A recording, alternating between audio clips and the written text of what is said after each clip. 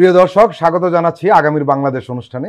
আজকে আমাদের সঙ্গে অতিথি হিসাবে রয়েছেন প্রফেসর ডক্টর মোহাম্মদ সিদ্দিকুর রহমান খান, ঢাকা বিশ্ববিদ্যালয়ের কলা অনুষদের ডিন। আপনাকে স্বাগত। আপনাকে ধন্যবাদ। প্রফেসর সিদ্দিক, আর দুদিন পর জুলাই গণঅভ্যুত্থানের বর্ষপূর্তি হতে যাচ্ছে। 1 বছর হয়ে গেল, এমন হচ্ছে সেদিনের ঘটনা। একেবারে হঠাৎ করে দিনগুলি চলে যাচ্ছে। আজ আগস্টের 3 তারিখ। আপনার নিশ্চয়ই মনে আছে 2024 সালের এই দিনে শহীদ মিনারে নাহিদ ইসলাম সরকার পতনের 1 দফা দাবি ঘোষণা করেন। 1 বছর পর এসে আপনি কিভাবে 2024 সালের এই যে জুলাই গণঅভ্যুত্থান এটাকে মূল্যায়ন করবেন? 5 আগস্ট, আজ থেকে দুদিন পর জাতি আমাদের ফ্যাসিস্ট শেখ হাসিনার পতন এবং গণঅভ্যুত্থানের চূড়ান্ত বিজয়ের দিন উদযাপন করবে। তো এই প্রাক্কালে আজকের এই আলোচনার শুরুতেই আমি জুলাই ছাত্র জনতার গণঅভ্যুত্থানে যারা শাহাদাত বরণ করেছেন তাদেরকে বিনম্র শ্রদ্ধার সাথে স্মরণ করছি। তাদের বিদেহী আত্মার মাগফিরাত এবং শোক সন্তপ্ত পরিবারের প্রতি গভীর সমবেদনা জানাচ্ছি। এবং একই সাথে জুলাইয়ের বীর যোদ্ধা যারা আহত হয়ে পঙ্গুত্ব বরণ করে আছেন, যারা দৃষ্টিশক্তি হারিয়েছেন, যারা এখনও চিকিৎসাধীন অবস্থায় মানবেতর জীবনযাপন করছেন, তাদের প্রতি আমার সশ্রদ্ধ অভিবাদন। আমার মনে হয় এই তো সেদিন জুলাইয়ের রক্তাক্ত গণ অভ্যুত্থানের দিনগুলো আমরা অতিক্রম করেছি। এবং আপনার মনে থাকবে যে জুলাইয়ের এই যে ছাত্র জনতার গণ অভ্যুত্থান, সেটির মূল সূচনাটা আমরা বলবো যে 1 দফা আন্দোলনের দিকে যেটি ধাবিত হয়েছিল, সেটি ঢাকা বিশ্ববিদ্যালয়ে 15 তারিখে আমাদের শিক্ষার্থীদের উপর নিষিদ্ধ ঘোষিত সন্ত্রাসী ছাত্র সংগঠন ছাত্রলীগের নেতাকর্মীদের এবং তৎকালীন যে ফ্যাসিস্ট আওয়ামী লীগ সরকারের পেটুয়া বাহিনী আমাদের শিক্ষার্থীদের উপর, সেখানে নারী শিক্ষার্থীদের উপর যে আক্রমণটি বর্বরোচিত করেছিল, সেই আক্রমণের পরিপ্রেক্ষিতেই আন্দোলনটি একটা ভিন্ন মাত্রা পেয়েছিল। ঢাকা বিশ্ববিদ্যালয়ের একজন শিক্ষক হিসাবে আমি সেদিন একেবারেই অসহায়ের মতো আমাদের শিক্ষার্থীদের ওপর যে হামলাটি হয়েছিল সেটা প্রত্যক্ষ করেছি। আমরা আমাদের অবস্থান থেকে পরবর্তীতে এটার প্রতিবাদ করেছি, কিন্তু আমরা তো নিরস্ত্র শিক্ষক। আমাদের প্রতিবাদটি সেই সময় হয়তো উচ্চকিত হয়নি। 19 তারিখে ক্যাম্পাসে 19 জুলাই এই ঘটনার প্রতিবাদে আমরা কালো কাপড় মুখে বেঁধে আমরা শিক্ষক সমাজ ক্যাম্পাসে র্যালি করেছি। এই ঘটনার বর্বরোচিত ঘটনার নিন্দা জানিয়েছি এবং এর বিচার এবং শেখ হাসিনার যেন তখনও আমরা সেই 1 দফার পতনের কথা বলিনি, কিন্তু এই সরকারের বিরুদ্ধে আমাদের কণ্ঠটি সেখানে কিন্তু আমরা উচ্চকিত করেছিলাম। এবং আমাদের এরপরে যে সমস্ত আন্দোলনগুলো ছিল আমাদের শিক্ষার্থীদের পাশে দাঁড়িয়ে কিন্তু আমরা আন্দোলনে একাত্ম ঘোষণা করে কখনো আমাদের নিজেদের প্ল্যাটফর্মে দাঁড়িয়ে, কখনো বৃহত্তর শিক্ষকদের প্ল্যাটফর্মে দাঁড়িয়ে আমরা কিন্তু এই আন্দোলন সংগ্রামগুলোর মধ্যে ছিলাম। 3 তারিখের যে ঘটনাটি বলেছেন সেটা এই আন্দোলনের একটা মাহেন্দ্রক্ষণ বলবো আমরা। শেখ হাসিনা যখন এই আন্দোলনকারীদেরকে রাজাকারের নাতিপুতি হিসাবে চিহ্নিত করে 14 তারিখ রাতে যখন শিক্ষার্থীরা হল থেকে বের হয়ে গেল, 15 তারিখের ঘটনা হলো এবং এই ঘটনার ধারাবাহিকতায় আন্দোলন যখন প্রতিনিয়ত যখন দানা বাঁধতে শুরু করলো, আমরা কিন্তু সবগুলো আন্দোলনের সাথেই কম বেশি আমরা ছিলাম। ঢাকা বিশ্ববিদ্যালয়ে যখন হলগুলো বন্ধ করে ছাত্রদেরকে বের করে দেওয়া হয় এবং প্রথম যখন পুলিশের বাধা উপেক্ষা করে যেদিন ছাত্ররা আবার হলে না আসতে পারলেও ক্যাম্পাসে মিছিল নিয়ে অতিক্রম করে, সেই মিছিলের অগ্রভাগে আমরা ছিলাম। সেটা আমার জীবনে একটা পরম পাওয়া বলে আমি মনে করি। তো শেষ পর্যন্ত এই আন্দোলন যখন 3 তারিখে শহীদ মিনারে যখন হলো এবং সেইখান থেকে যখন আপনার 1 দফা ঘোষণা আসলো, আমি বলবো যে আমিও সেটার ইতিহাসের মাহেন্দ্রক্ষণের সাক্ষী, যে সেই সময় শহীদ মিনারে আমি আমার পরিবার সহ এবং আমাদের সহকর্মীরা সহ আমরা সেই সময় উপস্থিত ছিলাম। এবং যে গণহত্যা পরিচালিত হচ্ছিল এবং এই গণহত্যার পরিপ্রেক্ষিতে এটা কিন্তু ইতিহাসের অনিবার্যতা ছিল। এই সময় পয়েন্ট অফ নো রিটার্নে এই দেশের যারা ছাত্র সমাজ, যারা আন্দোলন করেছে, আপামর জনতা, সেখানে তারা চলে গিয়েছিল যে এইখান থেকে শেখ হাসিনার পতন ছাড়া আর ফিরে আসার কোনো পথ ছিল না। এবং এই আন্দোলনের সবচেয়ে বড় দিকটা যেটা হচ্ছে সেটা হচ্ছে যে প্রত্যেকটা সময় মতো সিদ্ধান্ত নিতে পারে। এবং আপনি দেখেন যে 15 তারিখের পর থেকে যখন ঢাকা বিশ্ববিদ্যালয় বন্ধ করে দেওয়া হলো, ছাত্রদেরকে বল প্রয়োগের মাধ্যমে ক্যাম্পাস থেকে বের করে দেওয়া হলো। আমি একটা অনুষ্ঠানে এসেছিলাম টেলিভিশনে, সেখানে আমি বলেছিলাম যে এই আন্দোলনের মাধ্যমে এই বন্ধ করে দেওয়ার মাধ্যমে আন্দোলনটাকে সারা দেশে প্রসারিত করা হলো এবং এই ছাত্ররা ক্যাম্পাস ছেড়ে গেছে, কিন্তু ঢাকা শহরের বিভিন্ন জায়গায় আশ্রয় নিয়ে এমনকি গ্রামে গঞ্জে যারা যেখানে গেছে প্রত্যেকেই কিন্তু সেই জায়গায় গিয়ে আন্দোলনটা প্রসারিত করেছে এবং তাই হয়েছে পরে, তাই হয়েছে। এবং আমরা সেই সময় আমাদের শিক্ষার্থীদের চোখে মুখে আমরা যে মানে তাদের দ্রুহটা দেখেছিলাম, সেই দ্রুহ আমাদেরকে এটি নিশ্চিত করেছিল যে এই পর্যায়ে শেখ হাসিনার টিকে থাকার আর কোনো সম্ভাবনা নেই। 3 তারিখের এই যে ঘটনাটি যখন ঘোষণা করা হলো, শহীদ মিনারে লাখো জনতার সমাবেশ হয়েছিল এবং সেইখানে আপনি রাজনীতিবিদদেরকে আমরা দেখেছি, সেখানে সাধারণ শিক্ষার্থীদেরকে দেখেছি, আমরা সাধারণ গৃহিণী থেকে শুরু করে সমাজের বিভিন্ন স্তরের মানুষ, এবং প্রত্যেকেরই একটাই চাওয়া ছিল যে এই ধরনের কোনো একটা কর্মসূচি বা সিদ্ধান্ত আসুক। এবং যখন এই সিদ্ধান্তটি ঘোষিত হয়েছিল সেই সময় যারা শহীদ মিনারে মানুষের যে উচ্ছ্বাসটি যারা লক্ষ্য করেছেন এবং মানুষের যে প্রত্যয়ের জায়গাটা, মানুষের যে বলা যায় রক্ত টকবক করছিল সবার, মানুষের যে প্রত্যয়টা যেখানে তাদের দাঁড়িয়েছিল, সেই প্রত্যয়ের জায়গাটি দেখেই আমাদের নিশ্চিত হয়েছিলাম যে শেখ হাসিনার আর ঠিকই থাকার কোনো সম্ভাবনা নেই। সময়টা 5 তারিখে হবে কিনা 6 তারিখে হবে কিনা সেইটা নিয়ে প্রশ্ন ছিল, কিন্তু তার যে বিদায় হবে, ফেসিবাদের যে পতন হবে সেটা কিন্তু সুনিশ্চিত ছিল। তো যারা এই 3 তারিখে এই সময়োচিত সিদ্ধান্তটি গ্রহণ করেছিলেন, আপনি জানেন যে সেখানে 3 তারিখে ওইখানে তারা একটা ঘোষণা করেছিল কর্মসূচি, 4, 5, 6 তারিখের কর্মসূচি ঘোষণা করেছিল। পরবর্তীতে এই যে 6 তারিখের যেটা মার্চ টু ঢাকা, এই প্রোগ্রামটাও কিন্তু একদিন এগিয়ে নিয়ে যে আসার সিদ্ধান্ত, সেটাও ছিল একটা যুগান্তকারী সিদ্ধান্ত। এবং এই সিদ্ধান্তটি গ্রহণের ফলেই কিন্তু শেখ হাসিনার যে পতন সেটা ত্বরান্বিত হয়েছিল এবং তিনি কিন্তু তাৎক্ষণিকভাবে আর এটাকে প্রলম্বিত করার কোনো প্রস্তুতি নেওয়ারও তার আর কোনো সুযোগ ছিল না। তো আমরা 90 সালে, আপনিও হয়তো প্রত্যক্ষ করেছেন, এরশাদ বিরোধী আন্দোলন ঢাকা বিশ্ববিদ্যালয়ে ছাত্র হিসাবে আমরা সেখানে অংশগ্রহণ করেছি, প্রত্যক্ষভাবে দেখার সুযোগ পেয়েছি। এই আন্দোলন থেকে এই আন্দোলনের ব্যাপকতা ছিল অনেক বেশি এবং মানুষের অংশগ্রহণ ছিল অনেক বেশি এবং সকলেরই একটাই লক্ষ্য ছিল যে 1.5 দশকে আমাদের ফ্যাসিস্ট যে সরকার আমাদের উপর জগদ্দল পাথরের উপর জাতির উপর বসেছিল, তা থেকে জাতিকে মুক্তি দেওয়া।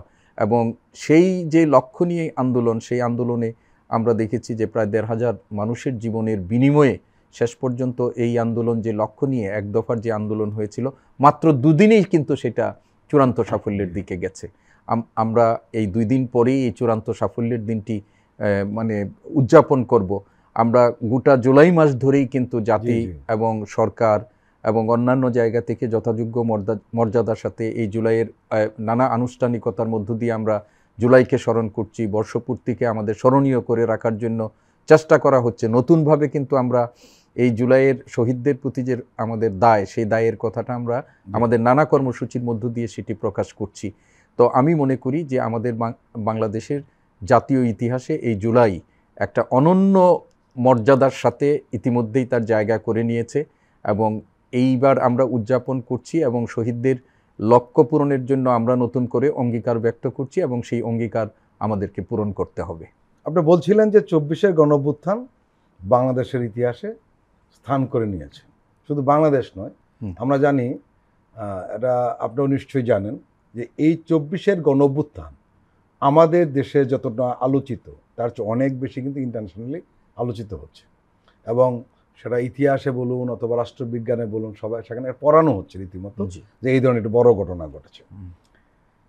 এখন প্রশ্ন উঠেছে যে এই 1 বছর আমরা পেরোলাম, আমরা এই আন্দোলনে থেকে কি পেলাম?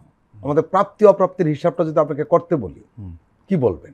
আমাদের জুলাইয়ের যে গণ অভ্যুত্থান এবং ফ্যাসিস্ট রেজিমের পতন, তারপরে আমাদের নোবেল বিজয়ী ডক্টর মোহাম্মদ ইউনূসের নেতৃত্বে যে সরকার গঠিত হয়েছে, সেই সরকারেরও প্রায় বর্ষপূর্তি হতে চলল। তো এই সময়ে এসে মানুষ প্রাপ্তি অপ্রাপ্তির হিসাব তো কষতে বসেছে এবং সেইখানে আমাদের যেমন অর্জন আছে, সেরকম অপ্রাপ্তির কথাও কিন্তু আছে। আমাদের এই যে প্রথম অর্জন হচ্ছে যে আমরা এখন কোনো ফ্যাসিস্ট শক্তির শাসনাধীনে নেই। আমি আপনার সামনে কথা বলতে পারছি, আরেকজন কথা বলতে পারছেন এবং আমাদের উপরে যে 15 বছর ধরে জগদ্দল পাথরের মতো একটা অমানবিক সরকার বসেছিল, দানবীয় সরকার বসেছিল, সেটার কাছ আর অধীনে আমরা এখন নেই।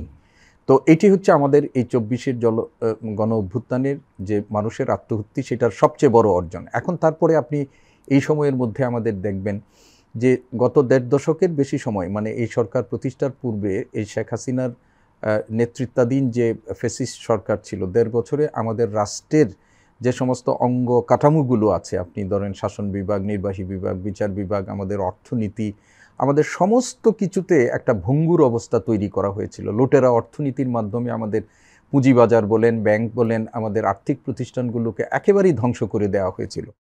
তো সেইখান থেকে মানে একেবারেই আমাদের প্রত্যাশা অনুযায়ী প্রত্যাবর্তন, এটা একটা চ্যালেঞ্জিং কাজ। আমাদের অন্তর্বর্তীকালীন সরকার সেই চ্যালেঞ্জিং কাজটা করার জন্য তাদের চেষ্টা করা হয়েছে। হয়তো আমরা বলতে পারি যে এই প্রচেষ্টার ফলটা আমাদের আরও বেশি দৃশ্যমান হওয়ার কথা ছিল, কিন্তু সেই ক্ষেত্রে হয়তো অতটা দৃশ্যমান হয়নি। তারপরে আপনি ধরেন আইন শৃঙ্খলা পরিস্থিতির কথা আমরা যদি বলি, জনজীবনের নিরাপত্তা, পুলিশই ছিল না 3 দিন, আমরা দেখেছি এটা ছিল। আমি তো পুলিশই ছিল না। হ্যাঁ, আমি একজন ইতিহাসের ছাত্র। আপনি সেই ফ্রেঞ্চ রেভলিউশন থেকে শুরু করে একেবারে আরব বসন্তের কথা আপনি বলেন, আমরা কিন্তু পৃথিবীর যত বড় বিপ্লব, রাষ্ট্র বিপ্লব হয়েছে, আপনি রুশ বিপ্লবের কথা বলেন, ফ্রান্সের জুলাই বিপ্লবের কথা বলেন, আরব বসন্তের কথা বলেন, ইজিপশিয়ান রেভলিউশনের কথা বলেন, সব বিপ্লবের ইতিহাস কিন্তু আমরা দেখেছি। ইরানের ইসলামিক রেভলিউশনের কথা, তারপরে অরেঞ্জ রেভলিউশন, অনেক ইতিহাস আমরা বিপ্লবের ইতিহাস পড়েছি। বিপ্লব পরবর্তী সময়ে প্রত্যেকটা দেশেই কিন্তু এক ধরনের অ্যানার্কি তৈরি হয়, পলিটিক্যাল অ্যানার্কি তৈরি হয়, অথবা প্রতি বিপ্লব। হ্যাঁ, প্রতি বিপ্লব হয়, অ্যানার্কি তৈরি হয়। তো আমাদের দেশে এই যে একটা অভ্যুত্থান বলি বা জুলাইকে আপনি বিপ্লব বলেন নাই কেন, যেভাবেই বলেন না কেন, সেইখানেও কিন্তু এই ধরনের একটা পরিস্থিতি তৈরি হয়েছে। তবে আমরা যে মাত্রায় সেটাকে মানে আশঙ্কা করেছিলাম, আমি বলবো যে চূড়ান্ত বিচারে সেই তার চেয়ে বরং একটু কমই হয়েছে। আপনি দেখেন অনেক কম। আপনি ওবায়দুল কাদের বা আওয়ামী লীগের নেতারা কি ধরনের বক্তব্য রাখতেন যে আল্লাহ না করুক যদি আমাদের আওয়ামী লীগ সরকার না থাকে তাহলে আমাদের হাজার হাজার মানুষকে 10 লাখ বলেছে, কেউ 10 লাখ বলেছেন, কেউ বলেছেন এইভাবে হয়েছে। কিন্তু আমরা কিন্তু বাস্তবে এই অবস্থায় দেখিনি আমরা।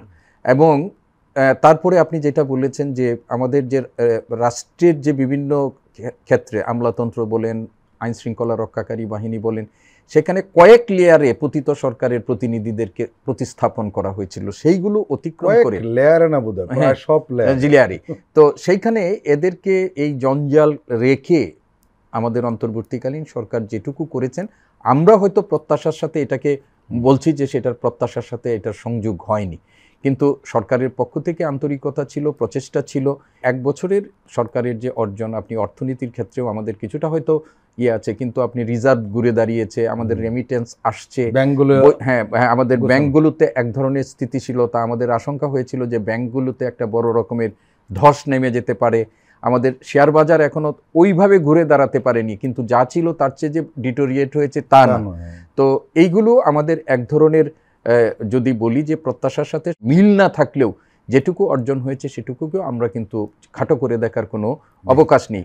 আমাদের আরও ভালো হতে পারত, সেই প্রত্যাশা তো আমাদের আছে, কিন্তু যেটুকু হয়েছে সেইটুকু আমাদেরকে মনে রাখতে হবে যে কোন বাস্তবতায় তারা দায়িত্বভার গ্রহণ করেছেন, এবং এই সরকারে যারা দায়িত্বভার নিয়েছেন তারাও কিন্তু কেউ মানসিকভাবে ওইভাবে প্রস্তুত ছিলেন না যে তাদেরকে এই ধরনের পরিস্থিতির মধ্যে একটা পড়তে হবে। তো সব মিলিয়ে আমি ব্যক্তিগতভাবে একেবারে হতাশ না। এই জুলাই গণঅভ্যুত্থান বাংলাদেশের রাজনৈতিক সংস্কৃতিতে একটা বার্তা দিয়েছে, সেটা নতুন বাংলাদেশ গড়ার একটা বার্তা। জি, রাজনীতির নতুন একটা সংস্কৃতি তৈরি হবে, সেই বার্তা। আপনি কি মনে করেন সেই বার্তাটা রাজনৈতিক দলগুলো গ্রহণ করতে পেরেছে? এত লোকের প্রাণের বিনিময়ে যে গণ অভ্যুত্থান এবং সেই গণ অভ্যুত্থানের মধ্য দিয়ে যে ফ্যাসিস্ট সরকারের উৎখাত, এবং সেইখান থেকে আমরা একটা নতুন বাংলাদেশের স্বপ্ন নিয়ে সামনের দিকে এগিয়ে যাওয়ার যে প্রচেষ্টা, সেই প্রচেষ্টা যে পরিবর্তনের আকাঙ্ক্ষা, জন আকাঙ্ক্ষা তৈরি হয়েছে, সেই জন আকাঙ্ক্ষার সাথে আমাদের রাজনৈতিক দলগুলোরও মানে একটা পরিবর্তন, গুণগত পরিবর্তন, নীতিগত পরিবর্তন আমরা লক্ষ্য করব। আমরা কিন্তু বাস্তবে সেইটার খুব বেশি প্রতিফলন দেখিনি। আমাদের একটা নতুন রাজনৈতিক দল আত্মপ্রকাশ করেছে, সেই রাজনৈতিক দলটি যারা গঠন করেছেন তারা এই জুলাই যুদ্ধের সম্মুখ সারির নেতা ছিলেন। এবং আমাদেরও একটা প্রত্যাশা ছিল যে তারা আমাদের যে স্বপ্ন দেখিয়েছিলেন সেই স্বপ্নে আমাদের দেশের যে ঐতিহ্যগত রাজনীতি আছে সেই রাজনীতি থেকে তাদের রাজনীতিতে একটা নতুন দৃষ্টিভঙ্গি বা নতুন একটা পথে যাত্রা শুরু হবে। কিন্তু আমাদের এই রাজনৈতিক দলটি আত্মপ্রকাশ করার পর আমরা দেখছি যে অনেকটাই গতানুগতিক রাজনৈতিক ধারার মধ্য দিয়েই তারা ঘুরপাক খাচ্ছে এবং সেইখানেই নতুন প্রতিদিন তাদেরকে কেন্দ্র করেও কিন্তু রাজনীতিতে নতুন বিতর্ক তৈরি হচ্ছে, নতুন সংকট তৈরি হচ্ছে। এগুলো আমাদের কাছে অপ্রত্যাশিত ছিল, অনাকাঙ্ক্ষিত ছিল। তো তারপরেও আমরা একটা বলবো, এই যে ধরেন রাষ্ট্রের সামগ্রিক অবস্থার পরিবর্তনের জন্য রাজনৈতিক দলগুলো নিজেদের মধ্যে আলোচনা করতে হচ্ছে, তারা এক জায়গায় বসে সিদ্ধান্ত নেওয়ার ক্ষেত্রে মত বিনিময় করতে হচ্ছে, এটাও কিন্তু এক ধরনের নতুন পরিবর্তন। আপনি বাংলাদেশের দেখেন যে রাজনৈতিক দলগুলো যারা নেতাকর্মীরা নানা সামাজিক এবং অর্থনৈতিক অপরাধের সাথে জড়িত হয়, আমাদের রাজনৈতিক দলগুলোর মধ্যে সবচেয়ে সময়ই একটা বিষয় আমরা দেখেছি যে অস্বীকার করার প্রবণতা। কিন্তু নতুন বাস্তবতায় আপনি দেখেন কেউ অস্বীকার করছে না, তারা বরং তাদের সামর্থ্যের মধ্যে দিয়ে সাংগঠনিক ব্যবস্থা নিচ্ছে এবং সেইখানে তারা স্বীকার করছে। এটাও কিন্তু একটা নতুন রাজনীতিতে মানে আমরা বলবো যে একটা নতুন বার্তা। এবং সবচেয়ে বড় কথা হচ্ছে রাজনৈতিক দলগুলো এখন আগামী নির্বাচনের জন্য প্রস্তুতিমূলক কর্মকাণ্ডের অংশ হিসাবে তারা কিন্তু মানে এইটা বুঝতে পেরেছে যে আপনি 2024 সালের আগস্ট পূর্ববর্তী রাজনীতির যে গতিধারা, সেই গতিধারার একই পথে হাঁটলে এদেশের মানুষ তাদেরকেও লাল কার্ড দেখাতে পারে। এই খড়গটা কিন্তু তাদের উপরও এখন আছে এবং সেইটার কারণে আমরা হয়তো এখন সেইভাবে আমরা লক্ষ্য করছি না, কিন্তু রাষ্ট্র পরিচালনার দায়িত্বভার যখন গ্রহণ করবে সেইখানে যখন রাজনৈতিক দলগুলোর সুনির্দিষ্ট অবস্থান নিশ্চিত হবে যে আমি সরকারি দল, আমি বিরোধী দল, সেই সময় তাদের কর্মকাণ্ডের মধ্য দিয়ে আমরা আরও সামনের দিকে বুঝতে পারবো যে তারা এই 24শে জুলাইয়ের যে আমাদের গণ অভ্যুত্থান এবং একটা দুর্দান্ত প্রতাপশালী রাজনৈতিক দলের গণ অভ্যুত্থানের মধ্য দিয়ে বিদায় হওয়ার যে ঘটনা, সেটা থেকে তারা কি শিখতে পেরেছেন এবং তারা একই ধরনের ভাগ্য বরণ করতে যাবেন না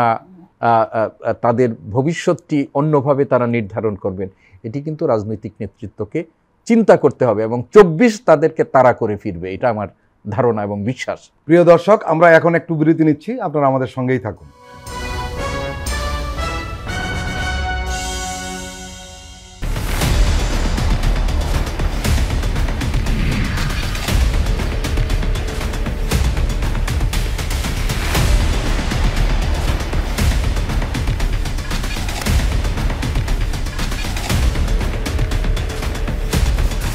নিপীড়নের স্মৃতি, প্রযোজনা মোহাম্মদ হাসান রিয়াদ ও গোলাম মোর্শেদ।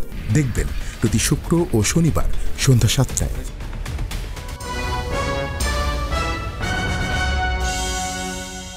আবারও স্বাগত আগামীর বাংলাদেশ অনুষ্ঠানে। আজকে আমাদের সঙ্গে রয়েছেন প্রফেসর ডক্টর মোহাম্মদ সিদ্দিকুর রহমান খান, ঢাকা বিশ্ববিদ্যালয়ের কলা অনুষদের ডিন।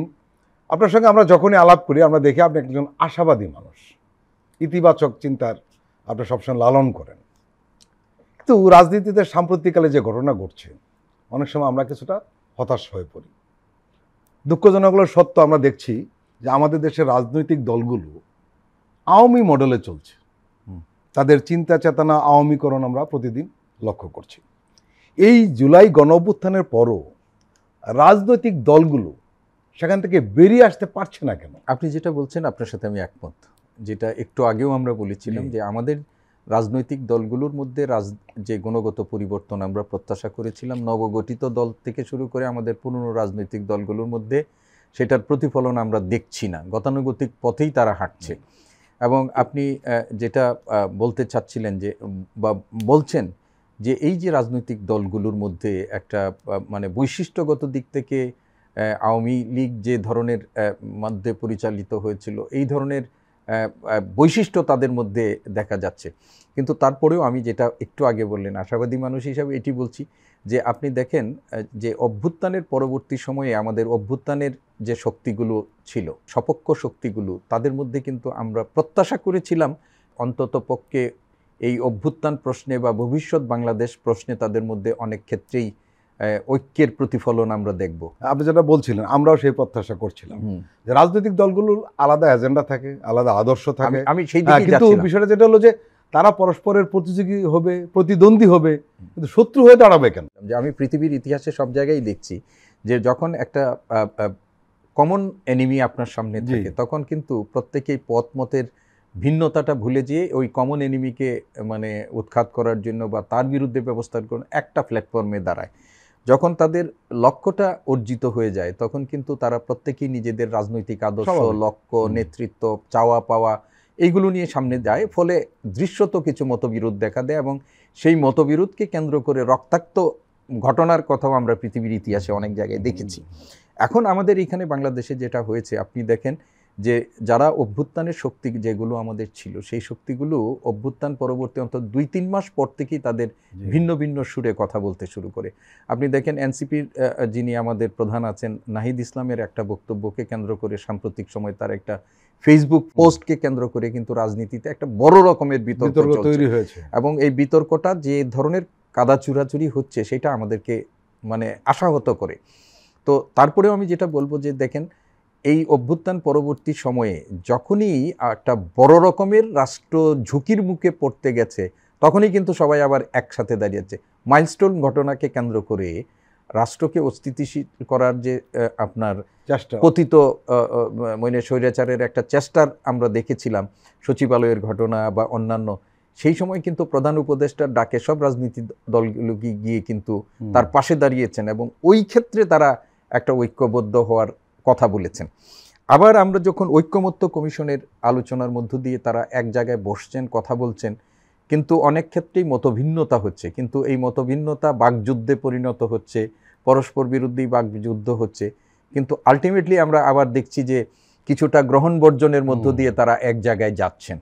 তো আমার কাছে এটা একটা ইতিবাচক মনে হয় যে আমাদের রাজনৈতিক দলগুলোর মধ্যে আদর্শিক বড় রকমের বিরোধ আছে, রাজনৈতিক চাওয়া পাওয়ার ক্ষেত্রে তাদের মধ্যে বড় রকমের বিরোধ আছে।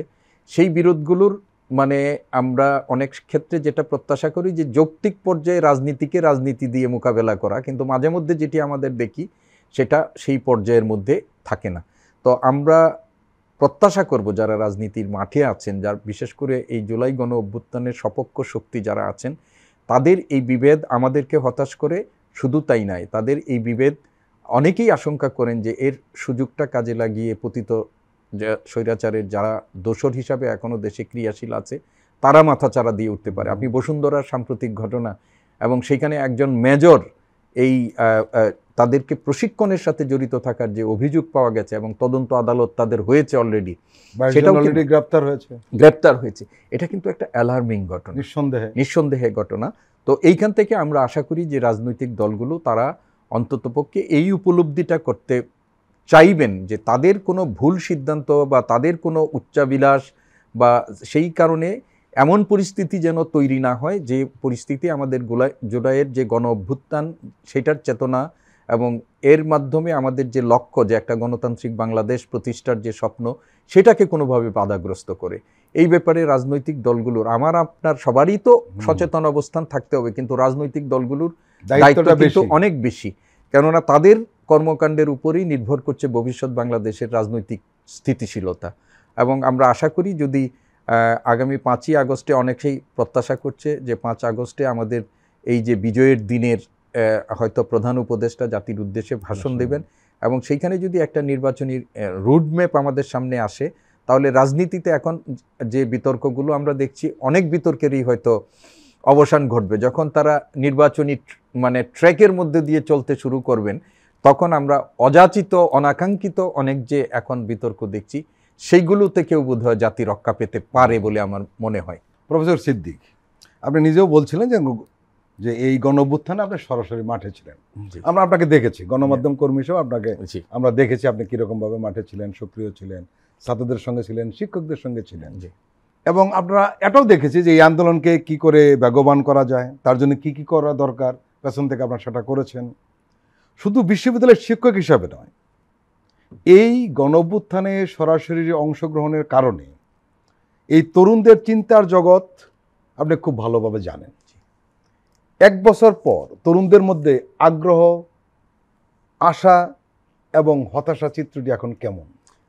দেখুন, আমি বলবো যে ৩ তারিখে আমাদের এই যে এক দফার আন্দোলন এবং এই এক দফার আন্দোলনে আমাদের শিক্ষার্থীদের যে ব্যাপকভাবে অংশগ্রহণ, এর আগে এই পটভূমি তৈরি করার আন্দোলন, আমার আজকে এই মনে পড়ছে যে ৩০ তারিখে আমরা ঢাকা বিশ্ববিদ্যালয় ক্লাবে আমাদের শিক্ষক সংগঠনের পক্ষ থেকে একটা সাংবাদিক সম্মেলন করেছিলাম। এই সাংবাদিক সম্মেলনে বিশ্ববিদ্যালয় প্রশাসনের আমাদের শিক্ষার্থীদের নিরাপত্তা প্রদানে তাদের ব্যর্থতার দায়ে তাদের পদত্যাগ দাবি করেছিলাম এবং একই সাথে আমরা খুব করে শেখ হাসিনার পদত্যাগ দাবি করেছিলাম ৩০ তারিখ, জুলাইয়ের ৩০ তারিখে। এবং সেই সময়ে আমাদের এই যে ঘোষণাটি, সেটি কিন্তু আমাদের শিক্ষার্থীদের কাছে খুবই গ্রহণযোগ্য হয়েছিল। এবং পরবর্তীতে যখন ৩ তারিখে আসলো এবং এই গণ অভ্যুত্থানে যখন শিক্ষার্থীরা দিলেন, কিন্তু মুশকিলটা যেখানে আমি এখন লক্ষ্য করছি আর কি, ধরেন এরপরে শিক্ষার্থীদের একটা অংশ সরাসরি রাজনীতির সাথে যুক্ত হয়েছেন এবং রাজনীতির সাথে যারা যুক্ত হয়েছেন তাদের কিছু কর্মকাণ্ড আমাদের সামনে আসছে, সেটা নতুন করে বিতর্ক তৈরি করছে। গুলশানে আমাদের যে এনসিপির ছাত্র সংগঠন থেকে সদ্য বহিষ্কৃত এক নেতা, তাকে গ্রেপ্তার করা হয়েছে এবং বড় রকমের চাঁদাবাজির অভিযোগে লক্ষ না কোটি টাকার। এর আগেও গত সপ্তাহে আপনারা গুলশান থেকে গ্রেপ্তার হওয়া হয়েছে এরকম। তো এই যে ঘটনাগুলো, এই ঘটনাগুলোর প্রতিক্রিয়া হয়েছে দুই রকমের। একটা হলো যে সাধারণ শিক্ষার্থী যারা তাদের ডাকে এই আন্দোলনে সাড়া দিয়েছিল, তারা কিন্তু আবার শ্রেণীকক্ষে ফিরে গেছেন, তাদের কর্মকাণ্ডের মধ্যে দিয়ে ফিরে গেছেন।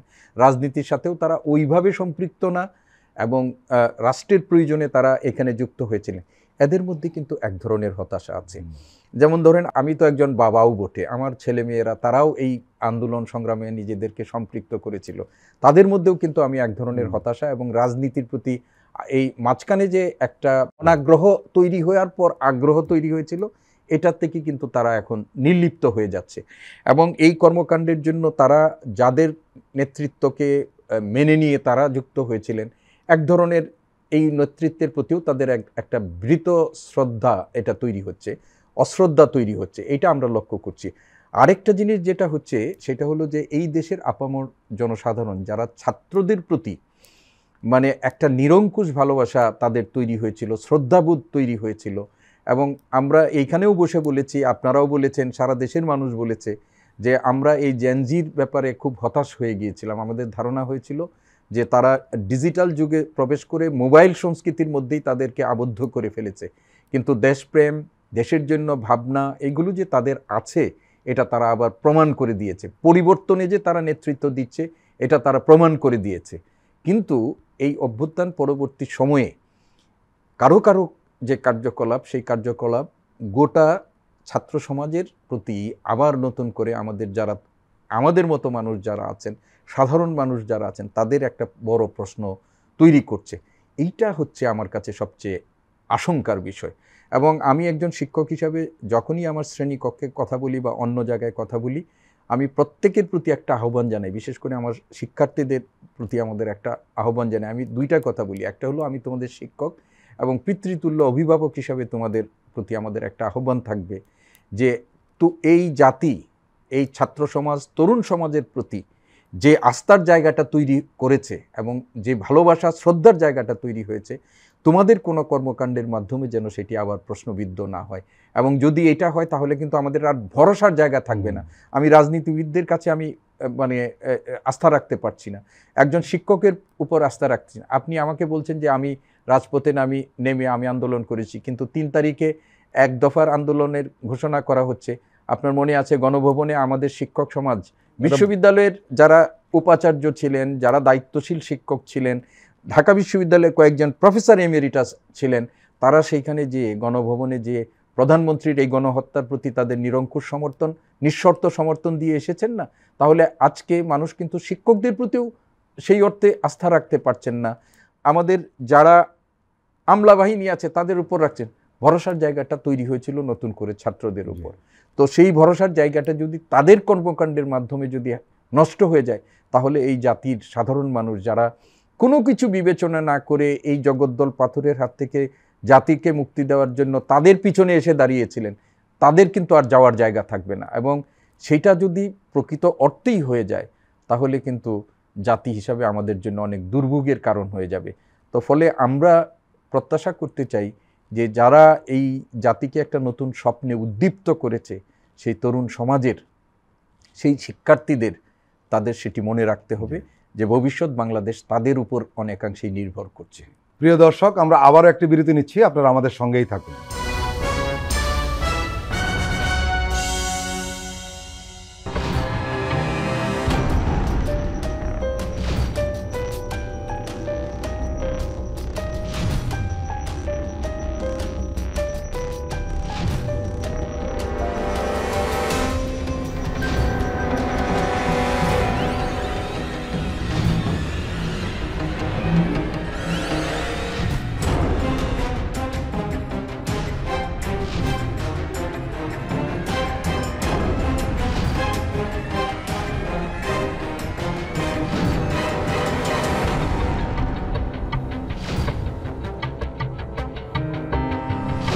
কেমন আছে অর্থনীতি দেখবেন প্রতি সোম ও মঙ্গলবার রাত 10:20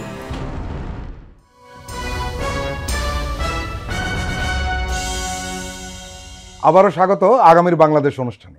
আজকে আমাদের সঙ্গে আলোচনা রয়েছেন প্রফেসর ডক্টর মোহাম্মদ সিদ্দিকুর রহমান খান, ঢাকা বিশ্ববিদ্যালয়ের কলা অনুষদের ডিন এবং সিনেট সদস্য। প্রফেসর সিদ্দিক, ডাকসু নির্বাচনের তারিখ ঘোষণা করা হয়েছে। সব কিছু ঠিকঠাক থাকলে 9 সেপ্টেম্বর অনুষ্ঠিত হতে যাচ্ছে ডাকসু নির্বাচন। আমরা জানি একটি মহল জাতীয় নির্বাচনের আগে যাতে ডাকসু নির্বাচন না হয় সেই বিষয়ে তৎপর ছিল। আপনারা সেই তৎপরতা ঠেকালেন কিভাবে? নতুন যে আমাদের ফ্যাসিস্ট রেজিমের পতনের পর নতুন বাংলাদেশের যে অভিযাত্রা হয়েছে, সেই অভিযাত্রার মধ্যে আমাদের শিক্ষা প্রতিষ্ঠান, বিশ্ববিদ্যালয়গুলোতে ছাত্র সংসদ নির্বাচন, এটা একটা দাবি ছিল, সাধারণ শিক্ষার্থীদের দাবি। এবং সাধারণ শিক্ষার্থীরা মনে করে যে যারা তাদের নেতৃত্ব দিবেন তারা তাদের দ্বারা নির্বাচিত হবে, এবং সেইটা যদি হয় তাহলে তাদের প্রতি তাদের এক ধরনের অ্যাকাউন্টেবিলিটি থাকবে, এবং সেই অ্যাকাউন্টেবিলিটি যদি থাকে তাহলে মাস্তানতন্ত্র বিশ্ববিদ্যালয়গুলোতে যেভাবে গড়ে উঠেছিল সেটার অবসান ঘটবে। এবং আপনার মনে আছে যে গত ফ্যাসিস্ট রেজিমে বিশ্ববিদ্যালয়গুলোতে আপনার গেস্ট রুম কালচার নামে শিক্ষার্থীদের যে নিপীড়ন, টর্চার সেল তৈরি করা হয়েছিল, রাষ্ট্রীয় ব্যবস্থাপনায় যেমন আয়নাঘর করা হয়েছিল, বিশ্ববিদ্যালয়গুলোতে মিনি টর্চার সেল হিসাবে সেই রকম গেস্ট রুম কালচারগুলো তৈরি করা হয়েছে। ফলে শিক্ষার্থীদের এই যে একটা আপনার বলেন যে দুঃসহ স্মৃতি তাদের মধ্যে আছে, সেইটার মধ্যে আর তারা যেতে চায় না। সেই জন্যই ডাকসু নির্বাচন সহ বিশ্ববিদ্যালয়গুলোর ছাত্র সংসদ নির্বাচনের একটা দাবি তাদের মধ্যে ছিল। তো এখন 1 বছর অতিবাহিত হয়ে যাচ্ছে প্রায়, নির্বাচনের ব্যবস্থা করা যায় না। আপনি জানেন যে ঢাকা বিশ্ববিদ্যালয়ের যে ডাকসু, আমি ডাকসুর কথাটাই আমি বলতে চাই যে এটি বাংলাদেশের দ্বিতীয় পার্লামেন্ট হিসাবে বিবেচিত হয়, এবং ঢাকা বিশ্ববিদ্যালয়ের বাংলাদেশের গণতান্ত্রিক অভিযাত্রায় আমাদের যত অর্জন, প্রত্যেকটা অর্জনে ডাকসুর কিন্তু একটা ভূমিকা আছে। ডাকসু কিন্তু 1953 সাল থেকে এই নামে পরিচালিত হচ্ছে, কিন্তু এর আগে এটা ডাসু ছিল। আমাদের 1923-24 শিক্ষাবর্ষ থেকেই আমাদের কিন্তু কেন্দ্রীয় ছাত্র সংসদ প্রতিষ্ঠিত হয়েছিল। ব্রিটিশ আমলে 2-1 ব্যতিক্রম হলেও সবসময় কিন্তু এই ছাত্রদের নেতৃত্ব তৈরি হয়েছে এবং কেন্দ্রীয় ছাত্র সংসদ কাজ করেছে। এমনকি পাকিস্তান আমলেও কিন্তু এই ডাকসু নিয়মিত নির্বাচন অনুষ্ঠিত হয়েছে, এবং সেইখানে যারা ডাকসু থেকে নেতৃত্ব দিয়ে আসছেন, আপনি 52 রাষ্ট্রভাষা আন্দোলনে এই ডাকসু নেতৃত্ব দিয়েছে, 62 যে শিক্ষা আন্দোলন ডাকসু নেতৃত্ব দিয়েছে, 69-এর গণ অভ্যুত্থান, 70 সালে যে আমাদের মুক্তিযুদ্ধ, বাংলাদেশের প্রথম পতাকা উত্তোলন, এগুলো কিন্তু সবগুলোই ডাকসুর হয়েছে। না, আমি বলতে চাই যে এই যে মুক্তিযুদ্ধ সহ, কিন্তু আনফরচুনেটলি স্বাধীন বাংলাদেশে আমরা কিন্তু ডাকসু নির্বাচনটা নিয়মিতভাবে করতে পারি না। 72 সালে নির্বাচন হয়েছে, আপনার ইতিহাস মনে থাকতে পারে যে মুজাহিদুল ইসলাম সেলিম তিনি এবং মাহবুবুজ্জামান তারা ভিপিজিএস হয়েছিলেন। 73-এ এই নির্বাচন করতে যে ব্যালট বাক্স ছিনতাই শুরু হলো বাংলাদেশে। তারপরে কিন্তু দীর্ঘদিন ইলেকশন হয় নাই। জিয়াউর রহমানের শাসনামলে এসে 79 সালে নির্বাচন হলো, 80 সালে নির্বাচন হলো, তারপরে আপনার 82 সালে এক নির্বাচন হলো, 81 সালেও নির্বাচন হয়েছে, 82 সালে একটা নির্বাচন হলো, তারপরে দীর্ঘদিন আর নির্বাচন হয়নি। 89 সালে নির্বাচন হলো, 90 সালে নির্বাচন হলো, এবং 90 সালের নির্বাচন সেটা জানেন যে এরশাদ বিরোধী যে আমাদের আন্দোলন গণ অভ্যুত্থান সেটাতে নেতৃত্ব দিয়েছে। 19 সালে একটা নির্বাচন হলো, সেই নির্বাচন আবার 73 সালের নির্বাচনের কিছুটা মডেলে নির্বাচনটা হয়েছিল, এবং ৭৩ সালে যারা ক্ষমতায় ছিলেন ১৯ সালে তারাই ক্ষমতায় ছিলেন, রাইট। এবং সেই নির্বাচনটি হওয়ার পর কিন্তু মানুষ আবার এই নির্বাচনের ব্যাপারে আগ্রহ হারিয়ে ফেলেছে। তো এখন নতুন বাস্তবতার মধ্য দিয়ে এই নির্বাচন নিয়ে প্রশ্ন আছে, যে ক্যাম্পাসে সহ অবস্থান অনেক কিছু হয়ে শেষ পর্যন্ত আমরা ডাকসুর গঠনতন্ত্র পরিবর্তন করেছি, কোড অফ কন্ডাক্ট পরিবর্তন আমরা করেছি, কিছু নতুন পদও সৃষ্টি করেছি। এবং কিছু এইগুলো যারা এই নির্বাচন করবে স্টেক হোল্ডারদের সাথে আমাদের অব্যাহত আলোচনা, ছাত্র সংগঠনগুলোর সাথে অব্যাহত আলোচনা, এবং আমিও এটাতে ফরচুনেট এনাফ যে এই প্রক্রিয়াগুলোর সাথে আমি একেবারেই প্রত্যক্ষভাবে জড়িত ছিলাম, এবং যে নির্বাচনটি হতে যাচ্ছে সেই নির্বাচন তদারক করার জন্য যে একটা উপদেষ্টা কমিটি করা হয়েছে এটারও আমি কনভেনার হিসাবে কাজ করছি। তো আমরা এই শিক্ষার্থীদের সাথে আলোচনা করে তাদের প্রত্যাশা অনুযায়ী আমরা একটা তফসিল ইতিমধ্যেই ঘোষণা করেছি, এবং সেই তফসিল অনুযায়ী আপনি যেটি বলেছেন যে 9ই সেপ্টেম্বর আমাদের নির্বাচন হওয়ার কথা। আমি আপনি সবাই জানি যে ডাকসু জাতীয় নির্বাচনে কে প্রভাবিত করে বড় ধরনের, এর অনেক উদাহরণ আছে।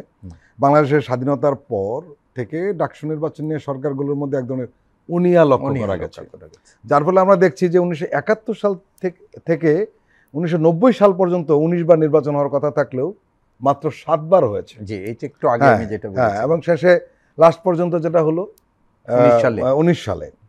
অতীতে দেখা গেছে যে কোনো একটি প্রভাবশালী ছাত্র সংগঠন আপত্তি বা অজুহাতের কারণে নির্বাচন আর হয়নি।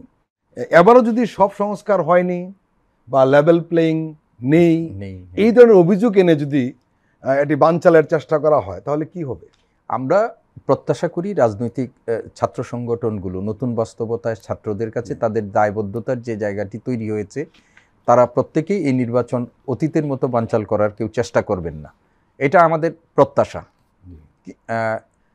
এই ব্যাপারে আমরা মনে করি যে আমাদের নির্বাচন কমিশন সহ নির্বাচন পরিচালনার জন্য যারা দায়িত্বশীল আছেন, বিশ্ববিদ্যালয়ের প্রশাসন, এই ধরনের অভিযোগ যেন কেউ উত্থাপন না করতে পারে সেই ব্যাপারেও কিন্তু আমাদের সজাগ থাকা দরকার। আপনি এখন মনে রাখতে হবে যে আমাদের বিশ্ববিদ্যালয় প্রশাসন এটা কোনো নির্দিষ্ট দলের প্রতিনিধিত্ব করে, এটা তাদের জন্য একটা দায়বদ্ধতার জায়গাটা নাই যে অমুক সংগঠনের কাছে তাদের দায়বদ্ধতা, তমুক সংগঠনের কাছে দায়বদ্ধতা। তো এখন যদি তাদেরও আন্তরিকতা থাকে, বিশ্ববিদ্যালয় প্রশাসনের যদি আন্তরিকতা থাকে, ছাত্র সংগঠনগুলো যদি মনে করে যে একটা নির্বাচন হওয়া সাধারণ শিক্ষার্থীদের যে দীর্ঘদিনের প্রত্যাশা, সেই প্রত্যাশার কাছে তাদেরও একটা কমিটমেন্ট আছে, তাহলে তারা যদি সহনশীল আচরণ করে, কারণ নির্বাচনটা কিন্তু বিশ্ববিদ্যালয় কর্তৃপক্ষ যতটুকুই চাক আলটিমেটলি নির্বাচনটা করতে হবে তাদের, এবং সেইখানে যদি তারা তাদের পরস্পর প্রতিদ্বন্দ্বীদের প্রতি একটা শ্রদ্ধাশীল থাকে তাহলে এই ধরনের অভিযোগ পাওয়ার কোনো সুযোগ থাকবে না। প্রফেসর সিদ্দিক, আপনাদের বিরুদ্ধে একটা অভিযোগ কিন্তু উঠেছে, সেটি হলো যে আমরা জানি যে সর্বশেষ ডাকসু ও হল সংসদ নির্বাচন হয়েছিল 19 সালে। 28 বছর পর অনুষ্ঠিত এই নির্বাচনে প্রার্থীর সর্বোচ্চ বয়স ছিল 30 বছর। তবে আসন্ন ডাকসু নির্বাচনে প্রার্থীর সর্বোচ্চ বয়স সীমা তুলে দেওয়া হয়েছে, এবং এই অভিযোগ রয়েছে কোনো একটি ছাত্র সংগঠনকে সুযোগ দেওয়ার সুবিধার্থে আপনারা এই কাজটি করেছেন। এই অভিযোগের জবাবে কি বলবেন, কিংবা এই বয়সের ব্যাপারটা আমাদের একটু খোলাসা করবেন? আচ্ছা, দেখুন, আমাদের যে এইবার বয়সের সীমাটার ব্যাপারে যেটা তুলে দেওয়া হয়েছে সেটা হচ্ছে যে আপনি কারা ভোটার হবে, কারা প্রার্থী হতে পারবে, সেইটা আমাদের একেবারে গঠনতন্ত্রে ছাত্রদের সাথে আলোচনা করেই নির্ধারণ করা হয়েছে। আমাদের ভোটার হতে পারবে তারা যারা নিয়মিত ছাত্র, এবং নিয়মিত ছাত্রের একটা ডেফিনেশন আছে। সেই নিয়মিত ছাত্রের যখন ডেফিনেশন থাকে তাহলে যারা নিয়মিত ছাত্র হতে পারবে তারা প্রত্যেকেই নিঃসন্দেহে ভোটাধিকার তারা প্রয়োগ করতে পারবে, এবং যারা ভোটাধিকার প্রয়োগ করতে পারবে তারা প্রার্থী হতে পারবে। স্বাভাবিক। এখন আমাদের গ্রাজুয়েট, আমাদের যারা আছে গ্রাজুয়েশন, পোস্ট গ্রাজুয়েশন এবং এমফিলের যারা শিক্ষার্থী তারা ভোট দেওয়ার অধিকার, পিএইচডি যে করবে সে করবে না, কখনোই ছিল না, চলবে না। এখন ধরেন আমাদের যে বাস্তবতা এখানে, একজন এমফিল সে যখন গ্রাজুয়েশন করে যখন এমফিল সে করতে যায় তখন তার বয়স কিন্তু আর 30-এর মধ্যে থাকে না বেশিরভাগ ক্ষেত্রেই। তো সেই কারণে আপনি যখন একজনকে ছাত্রত্ব দিলেন বা ছাত্র যে আছে সে যদি ইয়া হয় তাহলে আপনি তার বয়স দিয়ে আপনি সীমায়িত করতে পারবেন না। এটা আমাদের আলোচনা হয়েছে, ছাত্রদের মধ্যেও অনেক আলোচনা হয়েছে আমাদের, এবং তারা সবাই কিন্তু এতে সম্মত হয়েছে যে আমাদের সব সংগঠনই আমাদের যা আমরা আলোচনা করেছি সবগুলোতেই কিন্তু হয়েছে। ইভেন আমাদের এখানে একটা প্রশ্ন এসেছিল যে 18-19 সেশনের যারা শিক্ষার্থী আমাদের জি। বিশ্ববিদ্যালয়ে আছে, সেই 18-19 সেশনের শিক্ষার্থীদের মধ্যে যারা মানে 6 মাস হলো যাদের ফলাফল প্রকাশ হয়েছে, তারাও কিন্তু আমাদের ভোটাধিকার চেয়েছিল যে আমাদের ভোটাধিকার দিতে হবে, কিন্তু শেষ পর্যন্ত আমরা আইনি জটিলতায় সেটা আমরা দিতে পারিনি। কিন্তু যে অভিযোগটি আসছে, এটি কারো পক্ষ থেকে অভিযোগ হতে পারে, কিন্তু আমরা ছাত্র সংগঠনগুলোর সাথে আলোচনা করেই, স্টেক হোল্ডারদের সাথে আলোচনা করে, এবং সর্বোপরি আমাদের এই মানে গঠনতন্ত্রটি চূড়ান্তকরণ করার আগে আমরা কিন্তু আইনি মতামত নিয়েছি, আইনজ্ঞদের মতামত নিয়েছি। সেখানে আমাদের স্পষ্ট করে বলা হচ্ছে যে যারা ছাত্র তারাই যদি আপনার ভোটাধিকার প্রয়োগ করতে পারে, সেই ক্ষেত্রে আপনি বয়স দ্বারা সেটা সীমায়িত করতে পারেন। এটা স্বাভাবিক, যিনি ভোটার হবেন উনি প্রার্থী হতে পারবেন, এটা তো হতেই পারে। জি জি, তো এইটাই আমাদের আর কোনো একটা ব্যবস্থাই তো একেবারে পুরোপুরি আপনি সমালোচনামুক্ত হওয়ার অবকাশও নেই, কিন্তু আমরা চাচ্ছি যে যতটুকু ইম্পার্শিয়াল একটা অবস্থানে থেকে এই নির্বাচনটি একটা যেন দৃষ্টান্ত হয় সেইভাবে কাজ করার, এবং এই ব্যাপারে বিশ্ববিদ্যালয় প্রশাসনও আন্তরিক আছে। প্রফেসর সিদ্দিক, আপনি আমাদের দীর্ঘ সময় দিলেন, আপনাকে আন্তরিক ধন্যবাদ। আপনাকেও ধন্যবাদ। প্রিয় দর্শক, আজকের অনুষ্ঠান আমরা এখানে শেষ করছি। আপনারা ভালো থাকবেন, সুস্থ থাকবেন। আল্লাহ হাফেজ।